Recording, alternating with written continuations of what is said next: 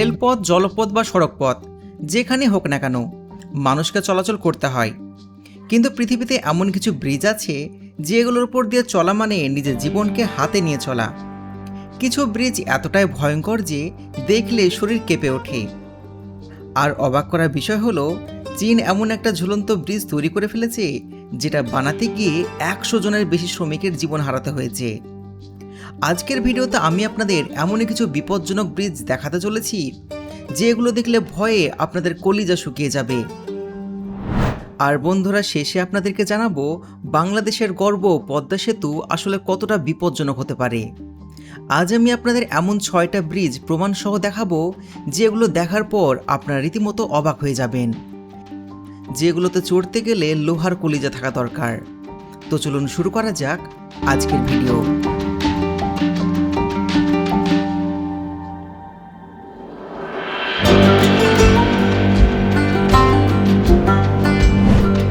Number 6। এটি পৃথিবীর এমন একটা রাস্তা যা ফ্রান্সের দুটো আইল্যান্ডকে একসঙ্গে যুক্ত করেছে।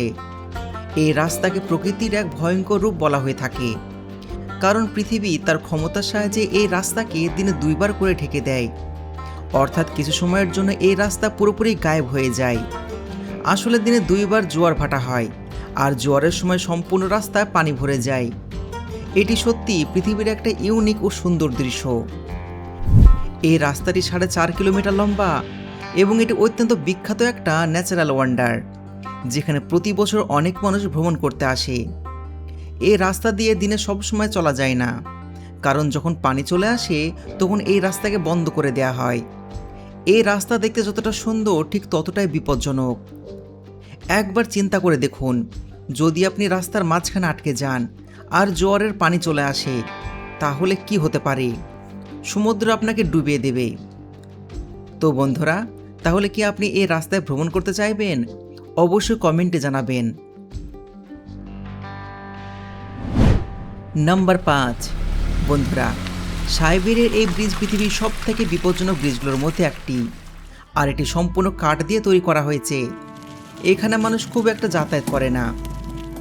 মাটি থেকে প্রায় 40 থেকে 50 ফুট উঁচু এই ব্রিজে যখন আপনি উঠবেন, তখন এমনিতেই আপনার পা কাঁপতে শুরু করবে, কারণ এটি অনেক পুরাতন একটা ব্রিজ। এই ব্রিজ বানাতে যে কাঠের তক্তা ব্যবহার করা হয়েছিল সেগুলো এখন অনেক বেশি দুর্বল হয়ে গেছে। বেশি মানুষ এখান দিয়ে যায় না বলে এটি কেউ মেরামতো করে না। এর জন্য এই ব্রিজে ওঠার সময় সবসময় জানের ভয় থেকে যায়। যাদের সাহস নেই তারা এই ব্রিজে যায় না। অনেক সরু রাস্তা হওয়ার কারণে সবসময় সাবধানে চলার প্রয়োজন পড়ে, কারণ যদি একটু ভুল হয়ে যায় তাহলে সোজা নিচে নয়, একেবারে ওপরে চলে যাবে। একবারে ওপরে মহান সৃষ্টিকর্তার কাছে চলে যাবে। নাম্বার 4।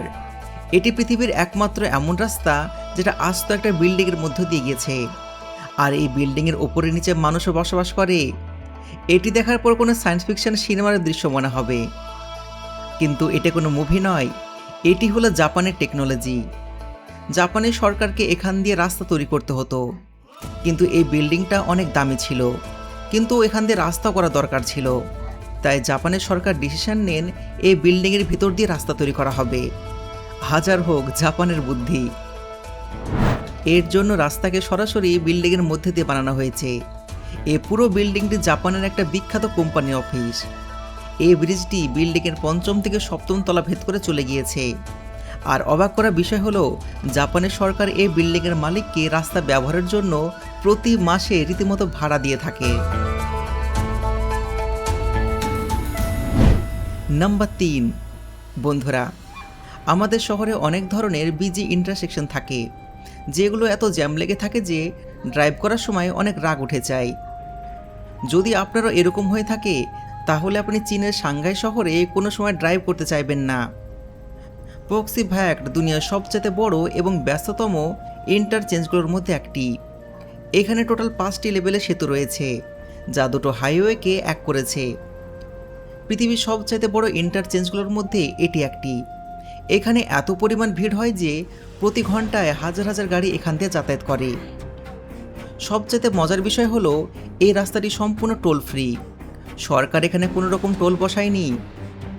একবার চিন্তা করে দেখুন, আমাদের দেশে যদি এরকম রাস্তা করা যায় তাহলে তো টোল দিতে দিতেই মানুষ পাগলা হয়ে যাবে।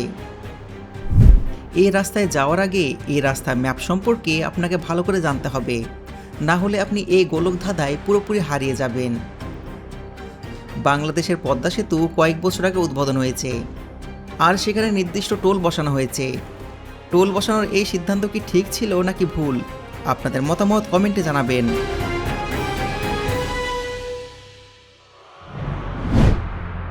নাম্বার 2, বন্ধুরা, আপনি এখন যে রাস্তা ভিডিওটি দেখতে পাচ্ছেন, এটি মাটি থেকে শুরু করে পাহাড়ের গা ঘেঁষে ঘুরে ঘুরে একেবারে উপরে পর্যন্ত চলে গিয়েছে। এই রাস্তাটি 15 কিলোমিটার লম্বা এবং প্রায় 1000 ফুট উঁচুতে গিয়ে শেষ হয়েছে।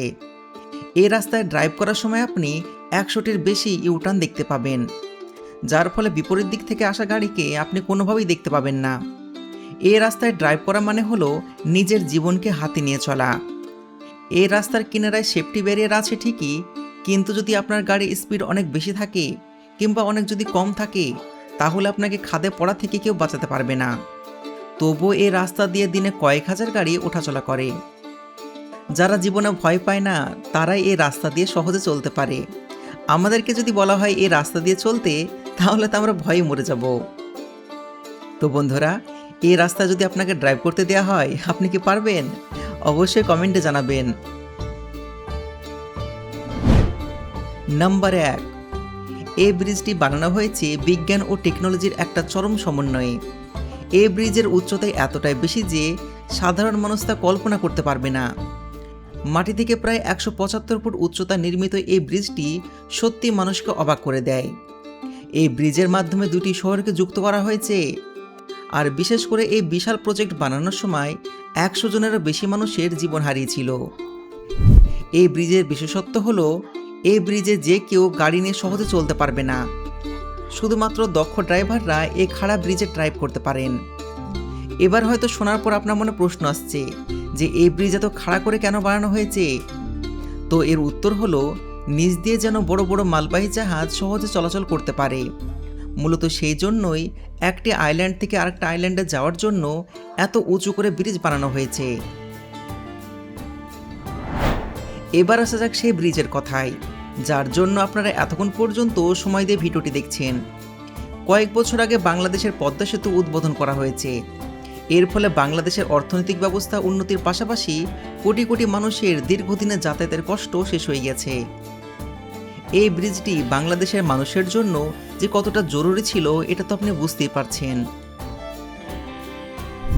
কিন্তু ইতিহাস সাক্ষী আছে, যখনই কোনো বিশাল ব্রিজ সমুদ্র বা নদীর উপর দিয়ে তৈরি করা হয়েছে, সেটি মানুষের জন্য কিছুটা হলেও ঝুঁকির কারণ হয়েছে। যদিও আমাদের পদ্মা সেতু ইঞ্জিনিয়ারিং দিক থেকে 100% সুরক্ষিত, তারপরও এই নদীর বুকে বেশ কয়েকবার ভীষণ জোরে কালবৈশাখী ও ঘূর্ণিঝড় এসেছে, আর সেতু একদম বিশাল নদীর মাঝ বরাবর তৈরি করা হয়েছে। আল্লাহ না করুক, যদি কখনো তীব্র ঝড়ের সময় গাড়ি চলাচল করতে থাকে, তাহলে বাতাসের প্রচণ্ড ধাক্কায় ব্রিজের ওপরে থাকা যানবাহন দুর্ঘটনার শিকার হতে পারে। শুধুমাত্র পদ্মা সেতুই নয়, পৃথিবীর এরকম বিরূপ আচরণ হিসাবে বিশ্বের বড় বড় সমস্ত ঝুলন্ত সেতুকে বিপজ্জনক বলা যেতে পারে। আমরা সবাই দোয়া করি স্বপ্নের পদ্মা সেতুতে যেন কখনো কোনো রকম ভয়ঙ্কর দুর্ঘটনা না ঘটে। তো বন্ধুরা, আজকের ভিডিও এ পর্যন্তই। ভিডিওটা সবার সঙ্গে শেয়ার করে দেবেন, যেন সবাই ইনফরমেশন পেয়ে যায়।